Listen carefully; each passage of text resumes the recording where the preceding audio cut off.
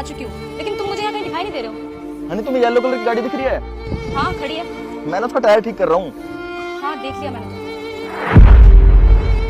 हाय Abhishek. Hello honey. कैसे हो तुम? वैसे एक बात बताओ, तुम यहाँ क्या कर रहे थे?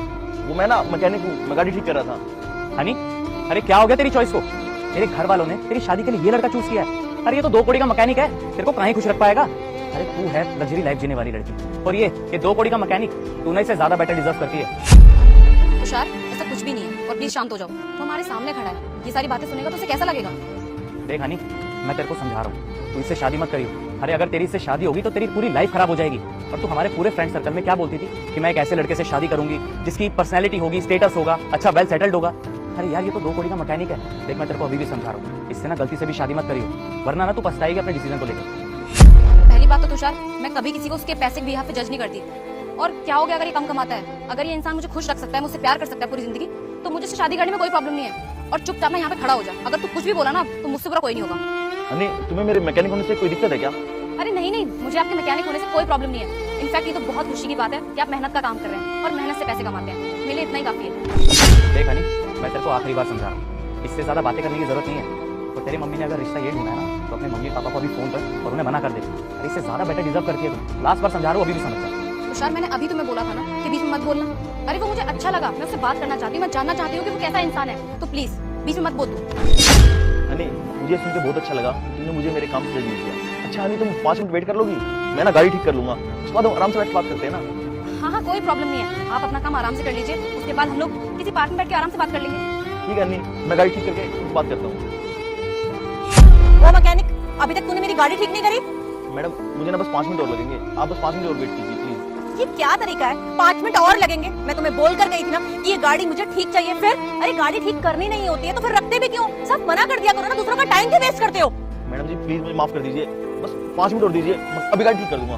5 मिनट का मतलब 5 मिनट, उससे 1 मिनट भी ऊपर नहीं। जल्दी से मेरी गाड़ी ठीक कर। हेलो बेटा, वैसे आप भी यहाँ पर गाड़ी ठीक करवाने आई हो क्या? वैसे तुम सुंदर बहुत हो बेटा, तुम्हारे बाल बहुत अच्छे हैं, तुम्हारी आईज बहुत अच्छी हैं, लुकिंग नाइस। अब वैसे ना मैं अपने बेटे की शादी करवाना चाहती हूँ और उसके लिए मैं एक लड़की ढूंढ रही हूँ। अगर तुम इंटरेस्टेड हो तो मेरे बेटे से शादी करोगी? Aunty thank you so much जो आपने मेरी तारीफ की। वैसे मैं यहाँ पर अपनी गाड़ी ठीक करवाने नहीं आई और ना ही मुझे आपके बेटे से शादी करने में कोई इंटरेस्ट है। दरअसल मुझे जिससे शादी करनी है ना, मैंने उसे पसंद कर लिया। देख लो बेटा, तुम्हारी मर्जी है, मैंने तो तुम्हारे आगे प्रपोजल रख दी है। अगर तुम चाहो तो मेरे बेटे से शादी कर सकती हो, मुझे कोई दिक्कत नहीं है, मर्जी तो तुम्हारी ही है। और बेटा तुम्हें पता है मेरा बेटा ना बहुत रिच है। ये जो गाड़ी ठीक हो रही है ना, ये भी मेरे बेटे की है। और ये तो कुछ भी नहीं, इससे भी महंगी महंगी 7-8 गाड़ियां हैं मेरे बेटे के पास, नौकर चाकर बंगला सब कुछ है। देख लो बेटा, मर्जी तो वैसे भी तुम्हारी ही होगी। अगर हमारे घर में आती हो तो रानी बनके रहोगी, रानी बनके। वैसे बेटा मैं पूछ सकती हूँ कि तुमने किसको चूज किया है? अच्छा सवाल है आंटी। ये जो गाड़ी ठीक कर रहे हैं ना, मैं इन्हीं से शादी करूंगी। इनफैक्ट इनको मेरे मम्मी पापा ने पसंद किया है मेरे लिए। बेटा तुम कैसी बात कर रही हो? ये 2 करोड़ का मैकेनिक मिला था तुम्हें? अरे वो खुद से 15 से 20 हजार रुपए महीना कमाता है, खुद का तो खर्चा ठीक से उठा नहीं पाता है। अरे तुम्हारा खर्चा कहाँ से उठाएगा? अरे ढूंढना ही था तो कोई ढंगा ढूंढती ना। ये क्या 2 करोड़ के मैकेनिक को चूज कर लिया?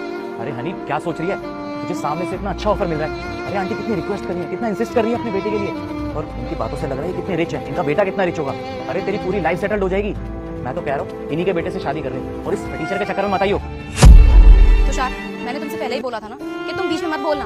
और मेरे लिए इंसान का ना नेचर मैटर करता है, ना कि उसका पैसा। और रही बात आंटी आपकी, आप बोल रही हो ना कि आपके पास बहुत पैसा है और आपके बेटे के पास ऐसी ना जाने कितनी सारी गाड़ियां हैं। इस चीज से ना एक बात तो साफ पता चल गई है कि आपके अंदर ना पैसों का बहुत घमंड है। और अगर आपके अंदर घमंड है तो आपके बेटे के अंदर तो डेफिनेटली घमंड होगा ही। कुछ इसी तरीके के संस्कार दिए होंगे आपने अपने बेटे को। अगर आप गरीबों को कुछ नहीं समझती हो तो शायद आपका बेटा भी कुछ नहीं समझता होगा।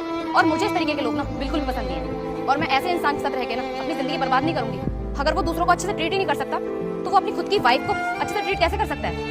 I am so sorry aunty, लेकिन मैं अपने डिसीजन से ना बहुत खुश हूँ। बेटा तुम भी क्या इस मैकेनिक के पीछे पड़ी हो? अरे क्या है इस 2 करोड़ के मैकेनिक में? मैंने तुम्हें बोला था ना मेरे बेटे से शादी कर लो। अरे रानी बन के रहोगी, रानी बन के। पर पता नहीं तुम्हें 2 करोड़ के मैकेनिक के पास क्या दिख रहा है। अरे ये जो पोर्शे ठीक हो रही है ना, ये मेरे बेटे की है। और मैंने तुम्हें भी थोड़ी देर पहले ही बताया था ना, ये पोर्शे तो कुछ भी नहीं, इससे भी बड़ी बड़ी गाड़ियां हैं मेरे बेटे के गैरेज में। और हमारे पास बंगला गाड़ी सब कुछ है। ऐश करोगी ऐश। पता नहीं तुम्हें समझ क्यों नहीं आ रहा है। मैं मानती हूँ आंटी कि आपके पास बहुत पैसा है, आप बहुत ज्यादा अमीर हैं, आपके पास बड़ी बड़ी गाड़ियां हैं। लेकिन आपको ना कोई हक नहीं बनता कि आप किसी गरीब का मजाक उड़ाएं। देखिए आंटी, पहली बात तो ये है कि आप मुझसे ना उम्र में ज्यादा बड़ी हैं, और दूसरी बात आप इनकी कस्टमर हैं। बस ये दो ही रीजन है जिसकी वजह से मैं अभी तक चुप खड़ी हूँ, वरना आपकी बातों का जवाब ना मैं आपको अच्छे से दे सकती हूँ। देखो बेटा, तुम्हें जो करना है अपनी लाइफ में वो करो, पर मैं तो तुम्हें अभी भी यही सलाह दूंगी कि इस मैकेनिक से शादी मत करो, पूरी जिंदगी बर्बाद हो जाएगी। इसने अपनी लाइफ में तो कुछ किया नहीं है, तुम्हें भी ये अपनी तरह बना देगा। ये तो गाड़ियाँ ठीक करेगा और तुम इसकी गाड़ियाँ साफ करोगी। और बेटा मौका है तुम्हारे पास, मैं तुम्हें बार बार एक ही बात बोल रही हूँ कि मेरा बेटा बहुत रिच है, बहुत पैसे वाला है, तुम उससे शादी कर लो। अरे हमारे घर में तुम्हें काम भी नहीं करना पड़ेगा, हर एक काम के लिए नौकर लगे हुए हैं हमारे घर में। मैं मानती हूँ आंटी कि आपके पास बहुत पैसा है, आप बहुत ज्यादा अमीर हैं, आपके पास बड़ी बड़ी गाड़ियाँ हैं, लेकिन आपको ना कोई हक नहीं बनता कि आप किसी गरीब का मजाक उड़ाएं। चलो भाई, हमें हमारे घर के लिए एक अच्छा संस्कारी बहू मिल गई। तुम्हारी चॉइस बहुत अच्छी है बेटा। बेटा मुझे इग्नोर मत, तेरी माँ मर जाएगी। अगर तू अपनी माँ को बचाना चाहता है तो इस वीडियो को लाइक करके चैनल को सब्सक्राइब कर ले और कमेंट में माँ लिख देना, तेरी माँ बच जाएगी। मैं समझाता हूँ हनी, ये ना मेरी मम्मी है और ये गाड़ी मेरी है, और मैं मैकेनिक बनने का बस ड्रामा कर रहा था। हनी मैं बस तुम्हारा टेस्ट ले रहा था, और टेस्ट इस बात का कि तुम जिस लड़के से शादी करोगी, तुम उसका पैसा देखोगी, उसकी नेचर देखोगी या उसकी सीरत देखोगी। और हनी ये सारा आइडिया ना मेरी माँ का ही था, और इनका मानना ये है कि जैसी है ना इनको वैसी ही बहू चाहिए। और इन्होंने भी ना मेरे पापा से उनका नेचर देख के शादी करी थी। वो पहले छोटा सा काम करते थे, और मेरी माँ बस यही चाहती है कि उनको ना एक ऐसी लड़की मिले जो उनके बेटे से प्यार करे, उसके पैसों से नहीं। बस यही टेस्ट था, और मुझे तुम पहले से ही पसंद हो और अब मम्मी को भी पसंद आ गई हो। अब तुम बताओ तुम्हारा क्या ख्याल है? अच्छा, तो इसका मतलब तो यही हुआ ना अभिषेक कि तुम्हें मेरे ऊपर जरा सा भी भरोसा नहीं है। तुम्हें ऐसा लगता है कि मैं पैसों के पीछे भागने वाली लड़की हूँ। मुझे तुम पे तो पूरा भरोसा है, लेकिन आज के जमाने पे नहीं, क्योंकि ना आजकल इतने डिवोर्स हो रहे हैं, लड़कियां लड़कों को छोड़ के चली जाती हैं, बस पैसे देखती हैं। और इस धोखे के जमाने में ना बस ये जानना जरूरी है कि तुम्हारा पार्टनर कैसा है। तो बस यही छोटा सा टेस्ट था, और आइंदा ना मैं ऐसा कोई टेस्ट नहीं लूंगा। और मुझे पूरी उम्मीद है तुम आगे जाके भी मेरी उम्मीदों पे खरी उतरोगी और एक अच्छी जीवन साथी बनोगी। मतलब मैं इस टेस्ट में पास हो चुकी हूँ? मेरे ख्याल से तो हनी तुमने बिल्कुल टॉप किया है। क्या बोलते हो मम्मी? अरे हाँ बेटा, बिल्कुल सही कह रहा है तू। हमें बहुत संस्कारी बहू मिली है, ऐसी बहू तो हमें दिया लेकर ढूंढने जाए ना तो भी नहीं मिलेगी। अरे मेरे घर की बहू तो यही बनेगी भाई, मुझे कोई और नहीं चाहिए। चलो ये तो बहुत अच्छी बात है, मुझे ये जान के खुशी हुई कि जो आप लोगों ने मेरा टेस्ट लिया मैं उसमें पास हो गई। ठीक है अन्नी, मैं ना अपना हुलिया ठीक कर लेता हूँ, फिर हम किसी अच्छे रेस्टोरेंट में जाके बैठ के आगे की बातें करते हैं।